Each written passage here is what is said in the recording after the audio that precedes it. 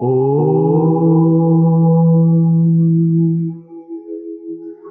महाराष्ट्र सांगली जिले से।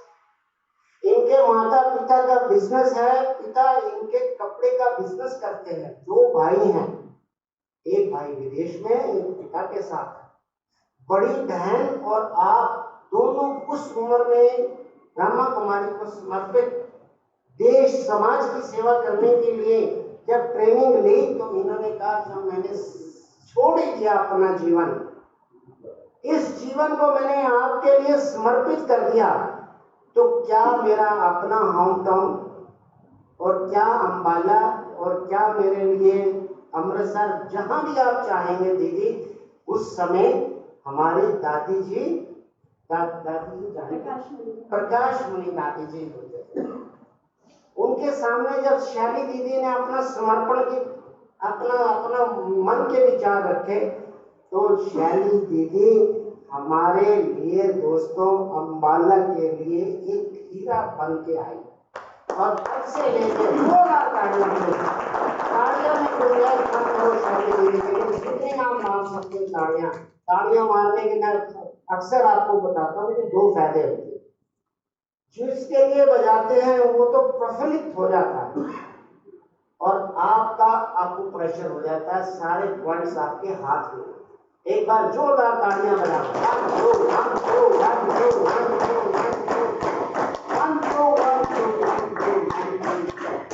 धन्यवाद दोस्तों। इन सब की प्रेरणा स्रोत, मार्गदर्शक, मोटिवेशनल स्पीकर हमारे बहन और कोई नहीं है आपकी गेस्ट स्पीकर दोस्तों शैली दीदी। खड़े होके इनके लिए एक बारी ताड़ियां मारे ताकि ये आश्रम में जाके याद रखेंगे।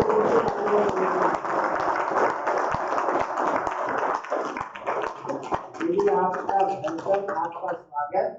ओम शांति। शांति के सागर, खुशियों के भंडार, परमात्मा की हम सभी लाडली संतान। वैसे तो हमें तनाव होना ही नहीं चाहिए, क्योंकि कहा जाता है जैसा पिता वैसे बच्चे। जिस परम पिता को हम पिता के रूप में याद करते हैं वह तो हमेशा टेंशन फ्री है। लेकिन आज जो हम स्ट्रेस की बात कर रहे हैं, बहुत सारी बातें रखी गई यहाँ पर, तो इस कारण से स्ट्रेस है। कभी किसी व्यक्ति के कारण, हमने कहा रिलेटिव्स के कारण, कामकाज के कारण, और सचमुच आज के ज़माने की एक ज़रूरत बन चुका है स्ट्रेस मैनेजमेंट। तो थोड़े से समय में हम स्ट्रेस को समझने की और उससे कैसे मुक्त हुआ जाए, इसके बारे में हम चर्चा करेंगे। सभी हमारे परमात्मा के बच्चे, मेरे प्रिय भाई और बहनों को सैल्यूट करते हुए मैं अपनी बातों को शुरू करती हूँ। सबसे पहले बात आती है कि स्ट्रेस होता क्या है। आई एक्सपेक्ट इंटरेक्टिव सेशन, तो आप सभी बताएंगे स्ट्रेस होता क्या है जिसे हम मुक्ति चाह रहे हैं। क्या है stress? Anyone? Definition of stress? उड़ा दिया मैंने, उड़ा दिया। अच्छा, उड़ा दिया, बहुत अच्छा। काम खाई की चिंता, इसकी कोई जरूरत नहीं।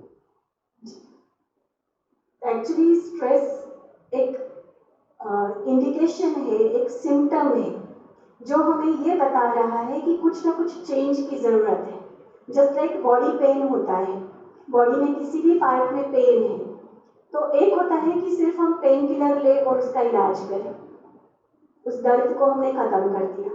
लेकिन एक्चुअली ट्रीटमेंट क्या होता है, उस पेन के कॉज को समझा जाता है कि किस कारण से दर्द हो रहा है। मान लीजिए किसी के सिर में दर्द है, तो वो गैस के कारण भी हो सकता है, किसी चिंता के कारण भी हो सकता है, माइग्रेन की प्रॉब्लम भी हो सकती है। तो उस कॉज को समझकर उसको ट्रीट करना ज़रूरी होता है, सिर्फ सिम्टम को नहीं। दर्द को ख़त्म करने के लिए सिर्फ मैंने पेन किलर्स ले लिया तो कितनी देर के लिए वो दर्द ख़त्म होगा? एक्चुअली दर्द ख़त्म नहीं होता है, हमारे ब्रेन तक उसकी सेंसेशन पहुंचना वो बंद हो जाता है। दर्द वहीं का वहीं होता है और इसलिए वो टेम्परेरी ट्रीटमेंट होती है। हम भी स्ट्रेस रूपी पेन को ज़्यादातर इसी तरह से ट्रीट करते हैं। कहीं घूमने चले गए, कहीं पार्टी कर ली, या सोइए, या आजकल थोड़ा सा और आगे बढ़कर कोई ना कोई एडिक्शन के अधीन हो जाते हैं और समझते हैं कि टेम्पररी रिलीफ मिल गया स्ट्रेस से, गम भूल गए हमारे। कुछ इस तरह के एक्सटर्नल हम ट्रीटमेंट्स यूज करते हैं, लेकिन होता क्या है, जिस तरह से पेन किलर लेने के बाद थोड़ी देर के लिए दर्द महसूस होना बंद हो जाता है, लेकिन जितना ज़्यादा पेन किलर्स लेते जाएंगे उतना क्या होगा, उसके और साइड इफेक्ट्स दिखने शुरू हो जाएंगे। सिमिलरली ये जो टेम्पररी सॉल्यूशंस हम स्ट्रेस के लिए अपना रहे हैं, उसका भी इफेक्ट यही होता है। हम बाहर घूमने फिरने जाते हैं, गैदरिंग्स में जाते हैं, या जैसे अलग अलग और सॉल्यूशंस जो अपनाते हैं, कई तो सो ही जाते हैं, कहते हैं कि सारा कुछ भूल जाओ और सो जाओ। तो ये एक्चुअली सॉल्यूशन नहीं है। हम सभी समझ सकते हैं, मैं वो पॉइंट्स यहाँ नहीं ले रही हूँ कि स्ट्रेस के क्या नुकसान है। हम बहुत अच्छे से उसको जानते हैं कि स्ट्रेस के कारण आज क्या हो रहा है, और इसीलिए स्ट्रेस मैनेजमेंट का टॉपिक रखा गया है। स्ट्रेस भले ही एक मेंटल कंडीशन है, it is state of mind, लेकिन उसका इफेक्ट जो है वो हमारी फिजिकल हेल्थ पे भी होता है, हमारे रिलेशनशिप्स पे भी होता है, वर्क एफिशिएंसी हमारी डाउन हो जाती है, और इस तरह से जीवन के जितने सारे क्षेत्र हैं उन सबको अफेक्ट करता है स्ट्रेस। और इसीलिए स्ट्रेस से मुक्त होने की बातें, स्ट्रेस मैनेजमेंट के कोर्सेज की आज हम जरूरत महसूस करते हैं। तो बात ये चल रही थी कि एक्चुअली ये स्ट्रेस है क्या। अगर हम एज पर फिजिक्स देखें तो फिजिक्स में भी स्ट्रेस टर्म जो दी गई है उसका एक बहुत अच्छी डेफिनेशन, एक इक्वेशन बताया गया है। Stress is equal to pressure divided by resilience. Stress is equal to pressure divided by resilience. हमारे जीवन में भी हम स्ट्रेस, माना जिसको हम टेंशन कह रहे हैं, उसका इक्वेशन भी सेम आता है। Stress is equal to pressure. Pressure means हम कह सकते हैं कि लाइफ में हमारी जो चैलेंजेस आती हैं, बहुत सारी ऐसी बातें जो अनएक्सपेक्टेड थी, जो हम नहीं चाहते थे, वो जीवन में हो रही है। लोगों का व्यवहार जैसा एक्सपेक्ट किया था वैसा नहीं है। जीवन में जो रिजल्ट अपने कामों की हमने एक्सपेक्ट की थी वो नहीं है।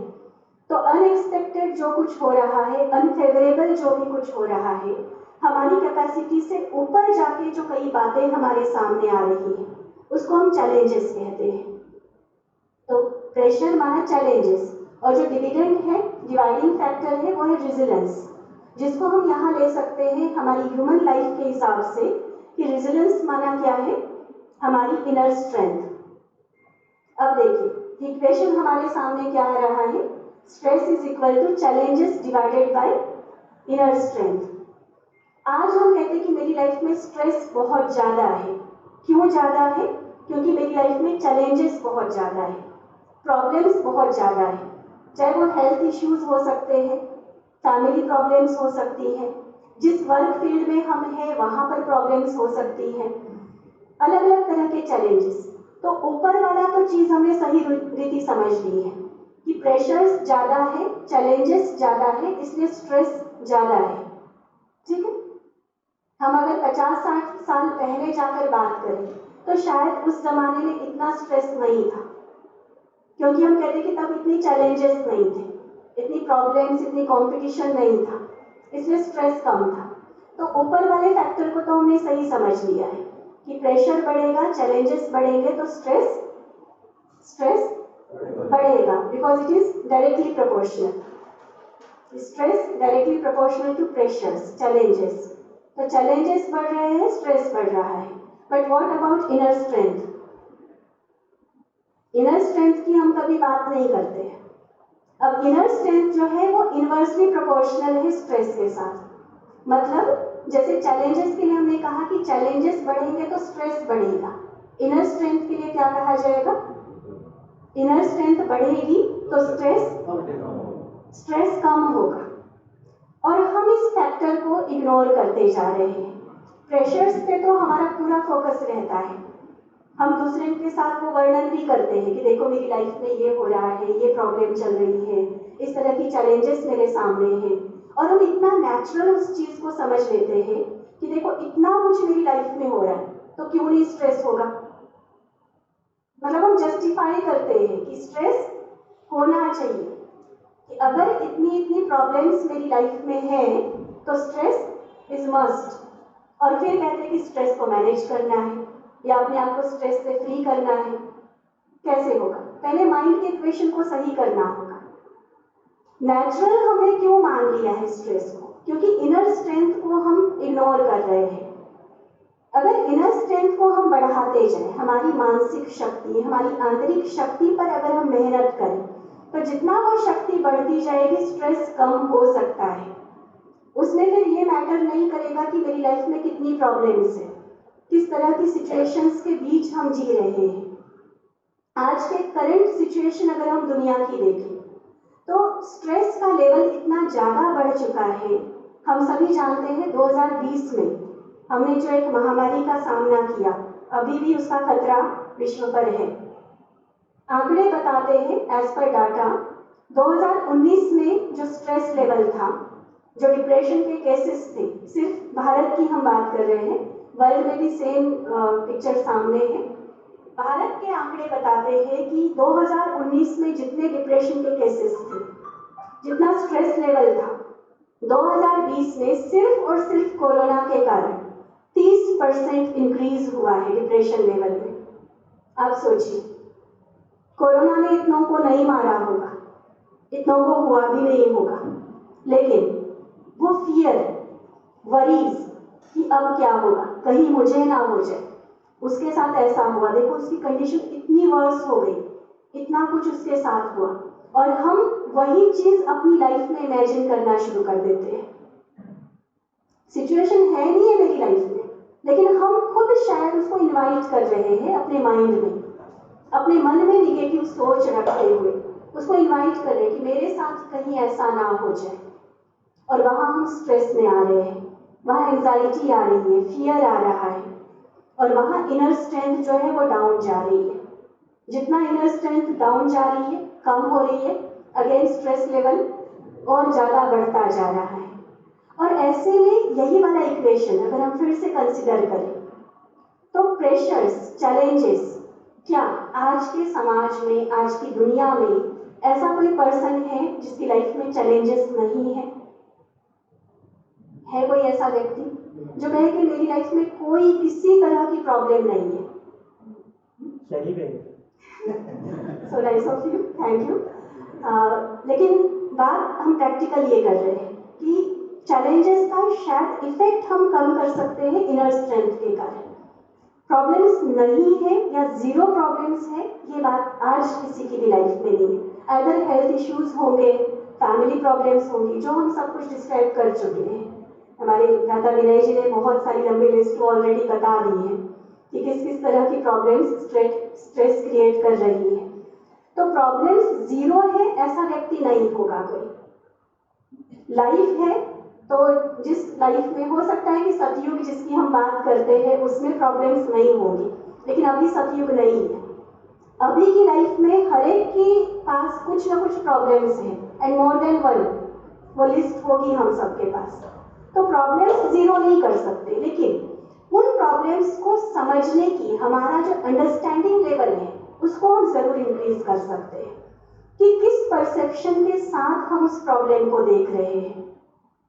एक बार कहते हैं कि एक व्यक्ति बहुत परेशान था कि मेरी लाइफ में कितना सारा प्रॉब्लम्स है, देखो बच्चों की एजुकेशन की फीस भरनी है, इनकम टैक्स भरना है, मतलब सिर्फ खर्चों की लिस्ट वो सामने लेकर बैठा था और बहुत परेशान हो रहा था। हाउस टैक्स भी भरना है, बच्चों की एजुकेशन फीस है, इनकम टैक्स भरना है, और कहीं किसी क्लब से जुड़ा हुआ था, वहाँ का जो कॉन्ट्रीब्यूशन है उसको जमा करना है। बहुत सारी लिस्ट थी उसके सामने, कुछ पेरेंट्स की मेडिकल फीस का भी उसके सामने बर्डन था, और वो सारा देख के परेशान हो रहा था। और तभी उसका जो एक 6 साल का बच्चा वो उसके सामने था। उसने कहा कि आज हमारे टीचर ने हमें होमवर्क दिया है और पापा आप मेरी थोड़ी सी हेल्प कराओ वो होमवर्क करने में। उषा जी, शायद आप कभी ऐसा होमवर्क देते होंगे अपने स्टूडेंट्स को कि हर नेगेटिव बात को पॉजिटिव में देखना है कि मुझे होमवर्क करना पड़ता है इसलिए क्योंकि मुझे एक बहुत अच्छा स्कूल मिला है, मुझे एक बहुत अच्छी टीचर मिली है जो मेरी एनहांसमेंट के लिए, मेरी इम्प्रूवमेंट के लिए मुझे मदद करती है। इस तरह से बहुत सारी बातें जिसको अदरवाइज बच्चे निगेटिवली लेते हैं, लेकिन उसको पॉजिटिव कैसे लिखना है वो उसको होमवर्क दिया गया था। और उस बच्चे का होमवर्क कराते कराते ये जो पर्सन जो अभी स्ट्रेस में था, जो परेशान हो रहा था इतने सारे टैक्स, इतनी सारी पेमेंट्स को देखते हुए, उसके माइंड में यह आया कि रियली में यही चीज़ मैं अपने ऊपर क्यों ना अप्लाई करूं। आज मुझे हाउस टैक्स भरना पड़ रहा है, तो कितनी खुशी की बात है कि मेरे पास अपना एक घर है। आज दुनिया में लाखों लोग ऐसे हैं जो बेघर हैं, फुटपाथ पर सोना पड़ता है उनको, लेकिन मैं कितना लकी, मैं कितना भाग्यशाली कि मेरे पास अपना घर है।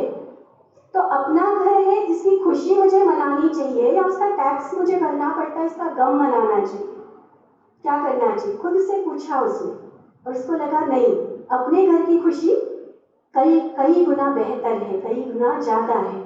इसी तरह से पेरेंट्स की मेडिकल फीस, कोई बात नहीं, क्या हुआ अगर मेडिकल फीस भरनी पड़े, मेरे ऊपर अपनी पेरेंट्स की छत्र छाया है, उनका साया मेरे ऊपर है। कितनी खुशी की बात है कि आज इतनी एज में भी मेरे पेरेंट्स मेरे साथ हैं। तो अगेन स्ट्रेस लेवल डाउन और खुशी बढ़ती गई। इसी तरह से इनकम टैक्स भरना पड़ता है, दैट मीन्स कि मेरी कमाई इतनी है इसलिए इनकम टैक्स मुझे रिटर्न भरना पड़ता है। तो इस तरह से हर बात को वो पॉजिटिवली लेता गया।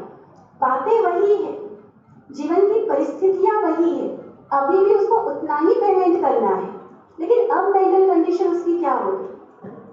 कहाँ तो स्ट्रेस लेवल बहुत हाई हो रहा था, परेशान हुए जा रहा था, उसके कारण इरिटेशन हो रही थी उसको, शायद अपने बच्चे पर भी चिड़चिड़ा हो रहा था, बिना बात के गुस्सा कर रहा था, और अभी एकदम से क्या हुआ? बिकॉज परसेप्शन चेंज हो गया उसका, जीवन को देखने का, परिस्थितियों को देखने का नजरिया चेंज हो गया, और एकदम स्ट्रेस की जगह पर खुशी आ गई। उस तनाव के अंधेरे के बदले खुशी की रोशनी उसकी लाइफ में फैलती गई। हमारे जीवन में भी ऐसा नहीं है कि प्रॉब्लम्स नहीं होंगी, ये श्योर मान के चले हम, किसी न किसी तरह की प्रॉब्लम्स लाइफ में हैं, लेकिन उन प्रॉब्लम्स को देखने का मेरा नजरिया क्या है, मेरी सोच, मेरा परसेप्शन क्या है, उस पर हमें वर्क करना बहुत जरूरी है। तब वो प्रॉब्लम्स भी हमें कई बार हमारे लिए गिफ्ट लगना शुरू हो जाएगी।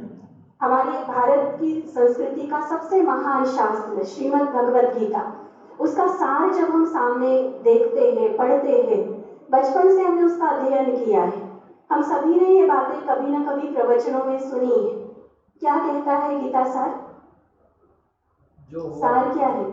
जो हुआ अच्छा हुआ, जो हो रहा है अच्छा हो रहा है, और जो होगा वह भी बहुत बहुत अच्छा होगा। सुना बहुत, अब समय है उसको इम्प्लीमेंट करने का। कई बार लगेगा कि अरे इतना नुकसान हो गया, इतना बुरा हो गया, इसमें क्या अच्छा है, लेकिन आप मान के चलिए ना, स्पिरिचुअलिटी में सबसे पहले फेथ आता है, सबसे पहले विश्वास की बात आती है। पहले विश्वास कीजिए, एक्सपेरिमेंट करके देखिए, अनुभव हमें वही मिलेगा जो हमारी फिलॉसफी कहती है, जो हमारे शास्त्र कहते हैं, जो हमारी संस्कृति सिखाती है। और क्या रिजल्ट बताया है? क्या रिजल्ट बताया? अच्छा ही होगा, लेकिन हमें पहले वो मानना पड़ेगा। चाहे कितना भी बुरा कुछ हमें लग रहा है ना कि जीवन में ये बहुत बुरा हुआ, ये बहुत बड़ा नुकसान हुआ, उसको हम सोचें नहीं, इसमें भी कुछ अच्छा है, इसमें भी मुझे कुछ सीखने को मिलेगा, इस अकल्याण के पर्दे के पीछे भी कुछ ना कुछ कल्याण छिपा हुआ है। जब बार बार हम अपने माइंड को ये ट्रेनिंग देंगे, तब हमारा मन उस तरह से सोचना सीखेगा। जैसे कहा जाता है कि प्यास लगने के बाद कुआं नहीं खोदा जाता। क्या करते हैं? प्यास लगने पर कुआं खोदना शुरू करो तो क्या होगा? प्यासे ही मर जाएंगे शायद। तो ये जो राइट सोच की, राइट थिंकिंग की हम बात कर रहे हैं, राइट परसेप्शन की हम बात कर रहे हैं, ये सिर्फ समस्या आने पर नहीं, लेकिन हर रोज अपने आप को हमें वो राइट थिंकिंग देनी होगी। जीवन की जिस घटना को भी हम देख रहे हैं, आज मेरे जीवन में जो भी कुछ हो रहा है, उसके लिए हम पहले से ही एक अपना अप्रोच बना के रखें। आजकल की मॉडर्न लैंग्वेज में इसको प्रोएक्टिव अप्रोच कहते हैं। प्रोएक्टिव माना क्या? हम देखेंगे, आप खुद अपनी अपनी लाइफ को देख सकते हैं चेक करके, ज़्यादातर डे टू डे लाइफ में हमारी जो भी घटनाएं होती है या जिन भी लोगों से हमारा डीलिंग होता है, फैमिली में या वर्क फील्ड में, 90% सेम होता है, मोर देन 90%। सेम सिचुएशंस है, सेम रेस्पॉन्सिबिलिटीज है, सेम तरह के लोग हैं, सेम उनका बिहेवियर है। मोर देन 90% सेम होता है सब कुछ, और उन्हीं सेम सिचुएशंस में हम सेम स्ट्रेसफुल हो रहे होते हैं।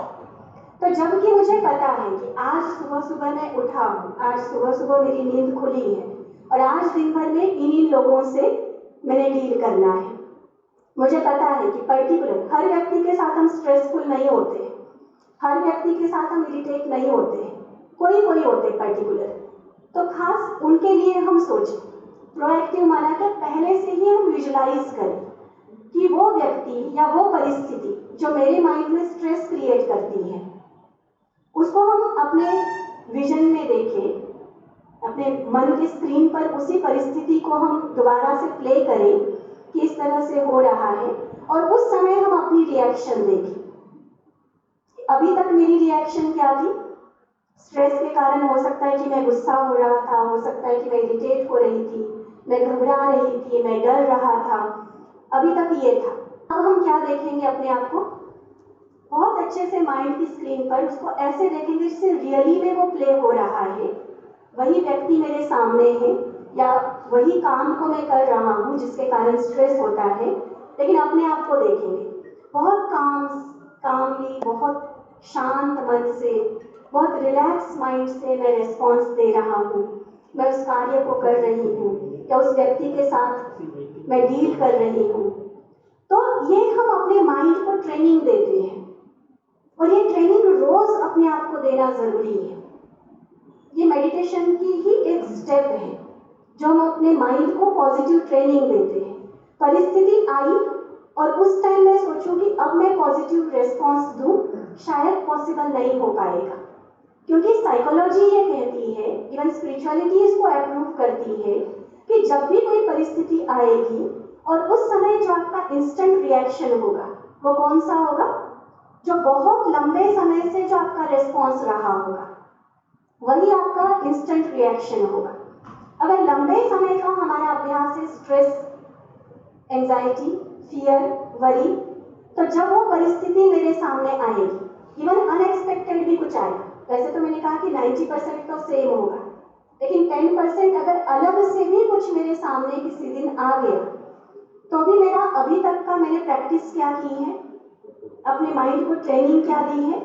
पॉजिटिव रेस्पॉन्स, बहुत शांत मन से उसके साथ डील करने की, शांत मन से, रिलैक्स मन से रेस्पॉन्स देने की मेरी अभी तक की प्रैक्टिस है।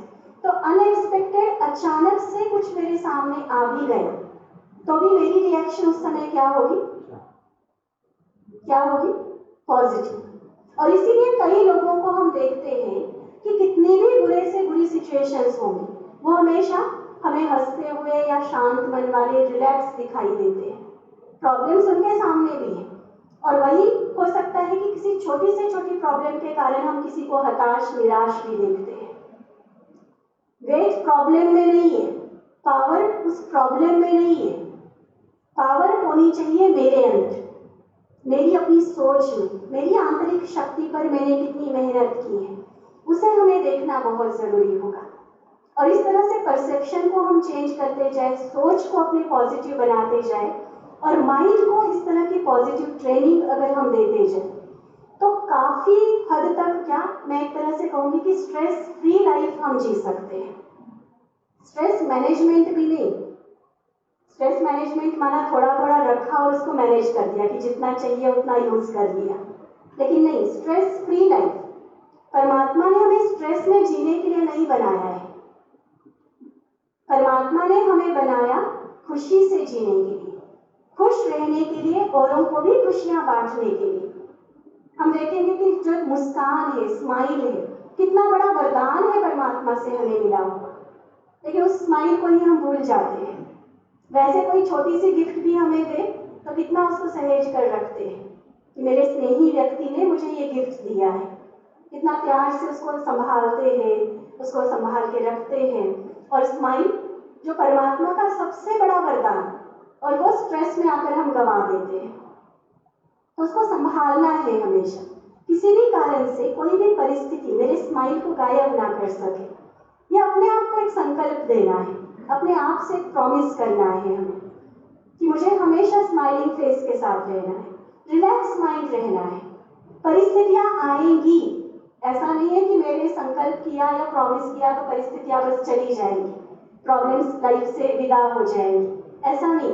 वो बार बार हमारे टेस्ट लेने आएंगी, लेकिन तब हर बार उस टेस्ट में हमें पास होके दिखाना है और उसके लिए खुद को रिमाइंड कराना कि मैंने प्रॉमिस क्या किया खुद से, परमात्मा से मुझे वरदान क्या मिला है।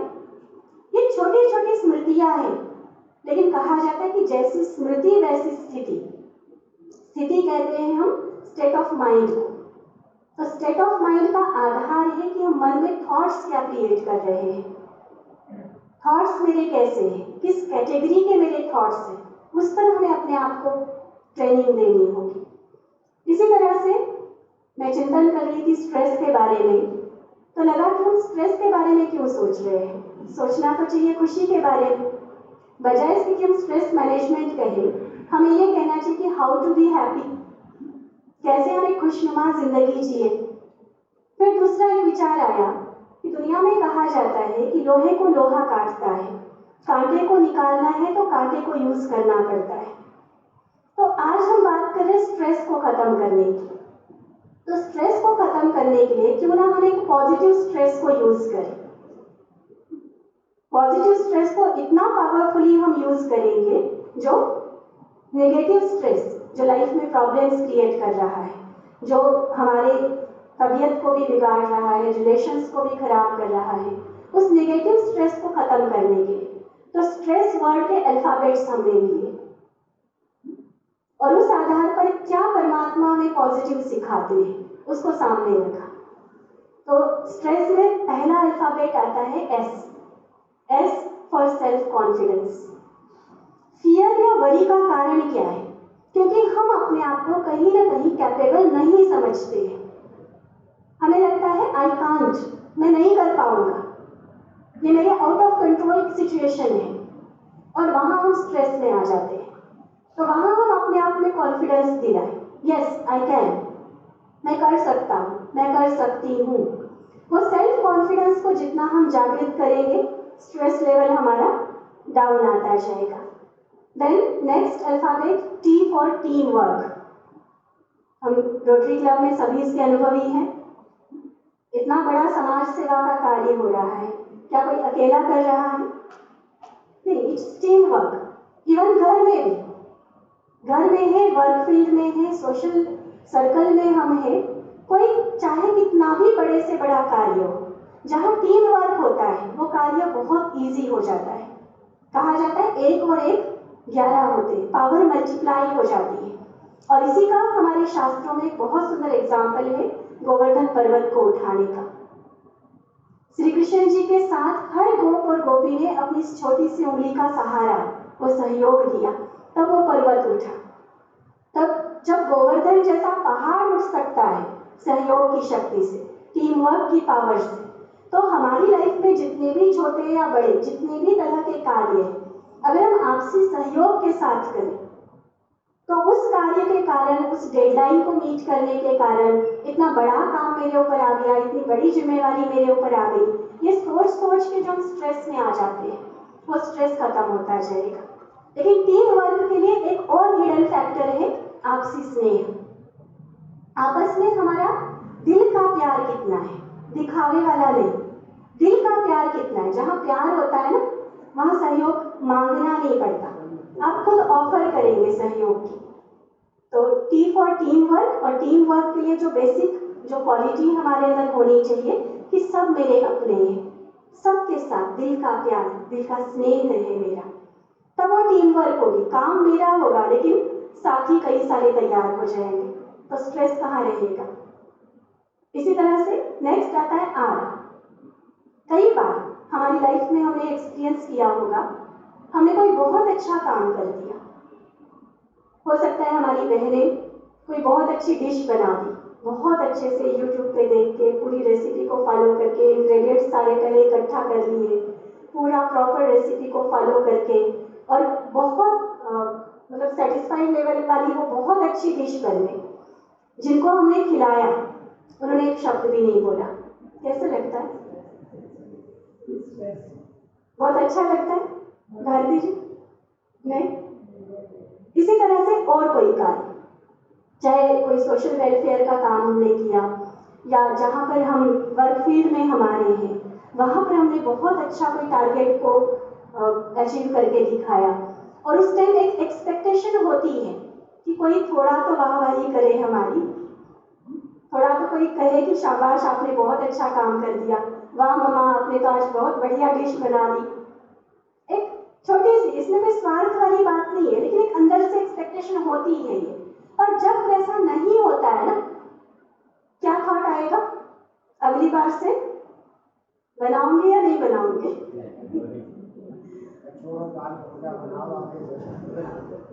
मतलब जहां मेरी कला विकसित हो रही थी, जहां मेरे अनुभव बढ़ने थे, उसको भी हमने स्टॉप लगा दिया। ये भी एक तरह से निगेटिव थिंकिंग है। सो आर फॉर रिवार्ड योरसेल्फ। कोई नहीं पूछता है ना, कोई नहीं कदर करता है ना आपकी, डोंट वरी, आप खुद अपनी कदर कीजिए। सभी अपना राइट हैंड उठाएंगे और अपनी पीठ को थपथपाइए, वाह तुमने बहुत अच्छा काम किया, शाबाश। अपने आप को दीजिए ना शाबाश। क्यों एक्सपेक्ट करे कि कोई और मेरे काम की कदर करे? आप खुद देखिए, आपकी खुशी का लेवल जो यहाँ था ना वो यहाँ चला जाएगा जब आप खुद अपने काम की कदर करना शुरू करेंगे। क्योंकि जब डिश बनाना शुरू किया था, ऑफिस का वो टारगेट अचीव करने का काम जब शुरू किया था, तब तो एक्सपेक्ट नहीं किया था ना कि कोई मुझे पूछे या वाह वाह करे। तब तो अपना लक्ष्य समझकर उसको किया था, अपने इंटरेस्ट के साथ किया था, अपनी कला को बढ़ाने के लिए वो किया था। तो होने के बाद क्यों हम दूसरों का सोचकर अपने मेंटल कंडीशन को बिगाड़ते हैं? अपने आप को शाबाशी देने से ना फेस पे स्माइल आ गया, बहुत अच्छी स्माइल आती है। जिस स्माइल को हमने गायब कर दिया था ना दूसरों से मांगने के कारण, ये भी एक तरह से मांगना है ना, कि कोई दूसरा मुझे शाबाश कहे, कोई दूसरा मेरी कदर करे। क्यों? मैं अपनी इंपॉर्टेंस खुद रखूं ना। मैंने अगर अच्छा काम किया है और मैं खुद सेटिस्फाइड हूँ उस काम से, तो मैं अपने आप को तो शाबाश दे ही सकती हूँ। मैं जब तुम्हारी तारीफ करता हूँ, मेरी वाइफ कहती है किसी और को भी कुछ कह दिया तो फिर भी करो। एप्रिशिएशन एक बहुत अच्छी क्वालिटी है। इसका मतलब ये नहीं कि आप सिर्फ खुद को ही अप्रिशिएट कीजिए, आप दूसरों को भी जरूर कीजिए। लेकिन कई बार जो हम खुद के लिए एक्सपेक्ट करते करते वो जो खुशी के लेवल से डाउन आ जाते हैं ना, उसके लिए हमने ये बात कही। आप दूसरों को तो जरूर अप्रिशिएट कीजिए। रिलेशंस देखिए बहुत अच्छे होते जाएंगे, वो एक रिलेशनशिप का एक अलग टॉपिक है, लेकिन बहुत सुंदर बात है ये। टीम वर्क है या दूसरों को अप्रिशिएट करना है छोटे से काम के लिए, तो बहुत अच्छे रिश्ते हमारे एक दूसरे के साथ बनते जाएंगे। देन नेक्स्ट आता है E for enjoy every situation. Just like हम ड्रामा देख रहे हैं, फिल्म देख रहे हैं, तो उसमें जिस भी तरह के सीन आते हैं हम एंजॉय करते हैं ना। So life is like drama. ये एक वैरायटी ह्यूज ड्रामा है जिसमें बहुत सारे कैरेक्टर्स हैं, पॉजिटिव है, नेगेटिव है, हर तरह के कैरेक्टर्स हैं। उनको अपना अपना रोल मिला हुआ है, अपनी अपनी स्क्रिप्ट सबको मिली हुई है और अकॉर्डिंगली वो सभी प्ले कर रहे हैं। तो अगर एक ड्रामा के रूप में, एक फिल्म के रूप में लाइफ को हम देखना शुरू करेंगे, तो हर सिचुएशन हमारे लिए खुशी लेकर आएगी, हर सिचुएशन हमें कुछ सिखाने के लिए निमित्त बनेगी, और तब हम हर सिचुएशन को एंजॉय कर सकेंगे। फिर ये एक्सक्यूज नहीं रहेगा कि देखो ऐसा हुआ ना मेरे साथ इसलिए खुशी गायब हो गई, ऐसा हुआ ना इसलिए मैंने रोना शुरू कर दिया। नहीं, हम हर सिचुएशन को एंजॉय कर सकेंगे। Then S for serve others. हम सभी को, जैसे मैंने कहा कि एक एक रोल मिला हुआ है, इसी तरह से हम समझ सकते हैं कि परमात्मा की तरफ से हम सभी को एक एक ड्यूटी मिली हुई है इस विश्व को बेहतर बनाने की। आज जिस भी फील्ड में हम हैं, वो परमात्मा की तरफ से एक सेवा मुझे मिली हुई है। आप थोड़ा सा फर्क देखिए, एक होता है कि मैं किसी काम को कर रही हूँ, काम समझ के कर रही हूँ, और एक होता है कि मैं किसी काम को कर रही हूँ और सेवा समझ के कर रही हूँ। मन की स्थिति में फर्क होगा या नहीं होगा? होगा ना, जरूर होता है फर्क। तो इसलिए चाहे हम कार्य वही कर रहे हैं, चाहे पैसा कमाने के लिए कर रहे हैं, शरीर निर्वाह अर्थ जैसे कहा जाता है इनकम के लिए हम कर रहे हैं, लेकिन वो करते हुए सिर्फ काम कर रहा हूँ या परिवार के लिए कर रहा हूँ, फर्ज अदाई कर रहा हूँ, सिर्फ इतना सोचना आपको वो खुशी नहीं देगा। लेकिन आप सेवा कर रहे हैं, सेवा भाव से जितना करेंगे पैसा तो आएगा ही आएगा, लेकिन दुआएं भी आएगी। और कहा जाता है कि दुआएं इंसान के जीवन की सबसे बड़ी कमाई होती है। जहाँ दवा भी काम नहीं करती वहाँ दुआएं काम कर जाती है। इसलिए हर काम को करते हुए, चाहे घर का कोई काम कर रहे हैं, ऑफिस का कर रहे हैं, दुकान का कर रहे हैं, क्लब का कोई काम कर रहे हैं, हम क्या समझे? ये सेवा है। तो सेवा भाव हमें परमात्मा के लिए भी कृतज्ञ रखेगा, उसके लिए भी ग्रेटफुलनेस का भाव रहेगा, और साथ ही उस कार्य को भी हम बहुत सिंसियरली करेंगे। कई बार हम काम चलाऊ सा काम कर जाते हैं, वो भी नहीं होगा। फुल वर्क एफिशिएंसी के साथ सिंसियरली हम वो कार्य भी करेंगे, ऑटोमेटिकली उसकी रिजल्ट भी उतनी अधिक सफलता हमें मिलेगी और उतना अधिक खुशी में हम रह सकेंगे। इसलिए सर्व अदर्स, सर्विंग एटीट्यूड हमारा होना चाहिए। भगवान के द्वारा हमें ये सेवा मिली हुई है और इस सेवा हमें बहुत अच्छे से करनी है। और फिर हो सकता है कई बार इतना सब कुछ, सेल्फ कॉन्फिडेंस भी है, टीम वर्क भी है, हम सर्विस की सेवा की भावना भी रख रहे हैं, अपने आप में खुश रख रहे हैं, किसी से कुछ एक्सपेक्टेशन नहीं रख रहे हैं, सब कुछ होने के बाद भी हो सकता है कि कुछ सिचुएशन रियली में आउट ऑफ कंट्रोल हो, रियली में कि ऐसे में हम कुछ कर ही नहीं सकते हैं, तब क्या करेंगे? और इसके लिए स्ट्रेस का लास्ट अल्फाबेट आता है एस, सरेंडर टू गॉड। सौंप दीजिए उस परमात्मा को। हो सकता है कि मैं इनकैपेबल हूँ, हो सकता है कि मेरे में इतनी पावर नहीं है, लेकिन परमात्मा जो ऑलमाइटी है, जो हाईएस्ट अथॉरिटी है, जो सर्वसमर्थ है, जिसके लिए कहा गया है nothing is impossible for God, तो उस परमात्मा को सौंप दें हम कि मैंने अपना पूरा एफर्ट किया है, मैंने अपनी तरफ से जितना हो सकता है किया है, अब आपके हवाले। अब आप जो करेंगे उसमें मैं राजी हूँ, जो आप चाहेंगे वो मुझे मंजूर है, उसको सौंप दीजिए। और आप क्या सोचते हैं, जब हम उसको सौंपेंगे तो फायदा होगा या नुकसान होगा? हमारा वो कल्याण करेगा या अकल्याण करेगा? क्योंकि पिता है, हमारा पिता है, हमारा गॉड फादर, हमारा डियरेस्ट फादर है, तो वो उसको अगर हम सौंप देंगे तो ऑटोमेटिकली उसके हवाले जब जीवन नैया होगी तो वो डूबने नहीं देगा, वो पार ही लगाएगा। और उस समय एक ऐसी निश्चिंत अवस्था महसूस होती है कि वो बैठा है ना, आपने देखा होगा आश्रम में या कई और स्थानों पर एक बहुत सुंदर पिक्चर हमारा बना हुआ है, परमात्मा शिव बाबा का पॉइंट ऑफ लाइट का वो चित्र है, और उसके नीचे लिखा हुआ है, बच्चे तुम चिंता मत करो, मैं बैठा हूं ना। आप सोचिए एक ये थॉट कि भगवान है मेरे लिए, वो मेरा साथी है, तो एकदम एक निश्चिंत अवस्था, केयर फ्री सिचुएशन महसूस होती है। फिर चाहे बड़े से बड़ा काम आपको करना है, जीवन में किसी बड़े से बड़ी प्रॉब्लम को आप फेस कर रहे हैं, परमात्मा के सामने बड़ी है क्या कोई प्रॉब्लम? परमात्मा के सामने है कोई बड़ा काम? मेरी कैपेसिटी के हिसाब से हो सकता है कि वो बड़ा हो, मेरी कैपेसिटी के हिसाब से हो सकता है कि वो मुश्किल बहुत बड़ी है, लेकिन परमात्मा की कैपेसिटी के आगे कुछ भी बड़ा, कुछ भी मुश्किल या कुछ भी इम्पॉसिबल नहीं है। इसलिए उसको सौंपने की वो कला भी हमें आनी चाहिए, और वो कला है मेडिटेशन।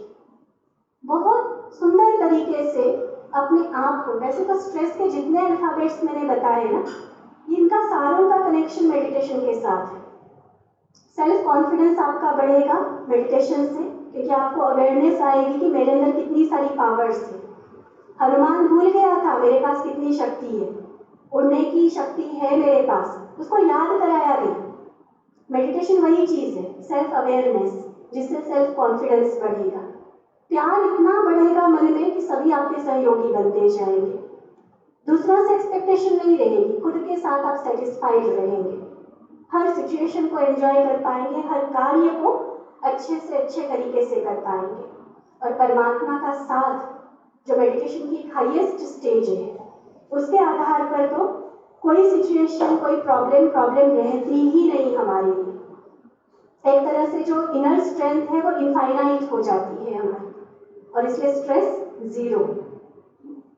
और इसीलिए आज जैसे हमारे आदरणीय गांधी जी बोल रहे थे, तो हम अगर वो स्ट्रेस फ्री लाइफ आपको अगर हमारे द्वारा दिखती है तो उसका एक मेन कॉज ही ये है, क्योंकि हमने वो सौंप दिया है परमात्मा को। और फिर हमने जब अपना सौंप दिया, जैसे कहते हैं तन मन धन सब तेरा, तो परमात्मा सिर्फ लेने वाला नहीं है, एक्चुअली वो कहने के लिए हमने तन मन धन तेरा कह दिया, उसके रिटर्न में वो अपनी सारी पावर्स, अपनी सारी क्वालिटीज वो हमारे अंदर भरता है। हमारे एक लास्ट में बात बता के पूरा करूंगी इसमें। हमारे आदरणीय जो फॉर्मर चीफ रहे ब्रह्मा कुमारीज के दादी प्रकाश मणि जी, उनकी बात आपको सुनाकर मैं पूरा करती हूँ। दादी जी को पूछा गया था, एक इंटरनेशनल हेड हो आप, इंटरनेशनल हेड हो, इतनी बड़ी इंटरनेशनल ऑर्गेनाइजेशन, 140 देशों में आज सेंटर्स है, 40-45 हजार डेडिकेटेड हैंड्स आपके पास हैं, तो इतने सबको आप मैनेज कैसे करते हो? प्रॉब्लम्स तो आपके सामने भी बहुत आती होंगी, सेवाओं के विस्तार में कई तरह की बातें आपके सामने आती होगी, तो क्या आपको कभी टेंशन नहीं होता? आपको कभी स्ट्रेस नहीं होता? तो दादी ने बड़ी सुंदर बात कही कि मैं अपने आप को हेड समझती ही नहीं हूँ, हेड समझूंगी तो हेडेक होगा ना। मैं तो परमात्मा का इंस्ट्रूमेंट हूँ, करन करावनहार वो है, मैं सिर्फ मुझे मिली हुई सेवा कर रही हूँ, और वो सेवा का भाग्य मैं अनुभव कर रही हूँ। आप सोचिए, इतनी बड़ी इंटरनेशनल संस्था की हेड होते हुए अगर हमारी दादी स्ट्रेस फ्री रह सकती है, तो उनसे सीख कर हम भी सभी उसी परमात्मा के बच्चे, वही पावर जो दादी को मिली है वही हमें भी मिल रही है, तो हम भी सभी जरूर स्ट्रेस फ्री रह सकते हैं। और आज इस मंच से आप सभी के लिए मेरी यही शुभकामना है कि खुशियों के सागर के आप बच्चे सदा खुशियों में लहराते रहें, परमात्मा प्यार की, परमात्मा खुशियों की और उनके शक्तियों की बरसात सदा आप पर होती रहे। आप सदा स्वस्थ रहें, सदा खुश रहें।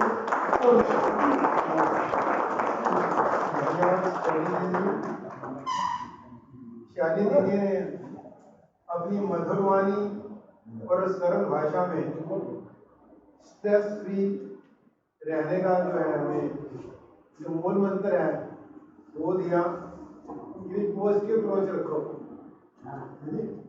और स्ट्रेस को जो है बड़े अल्फाबेट्स की तरह बड़े सरल तरीके से अल्फाबेट्स को एक्सप्लेन करके जो है उसको समझाया। यही कारण था इनकी मधुर वाणी और सरल भाषा की वजह से सारे श्रोता जो है ना चुपचाप बैठे थे और बिल्कुल अटेंटिव थे।